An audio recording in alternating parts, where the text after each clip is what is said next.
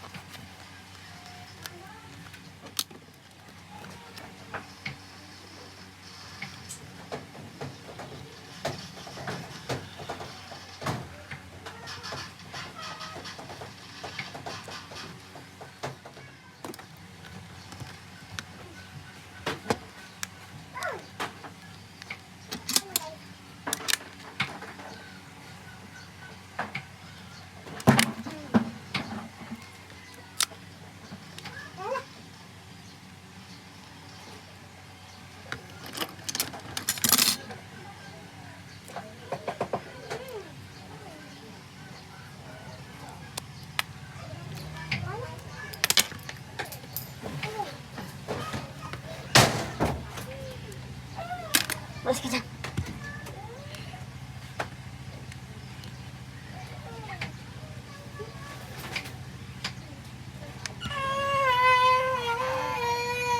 Naglag ako dito. Paano natin?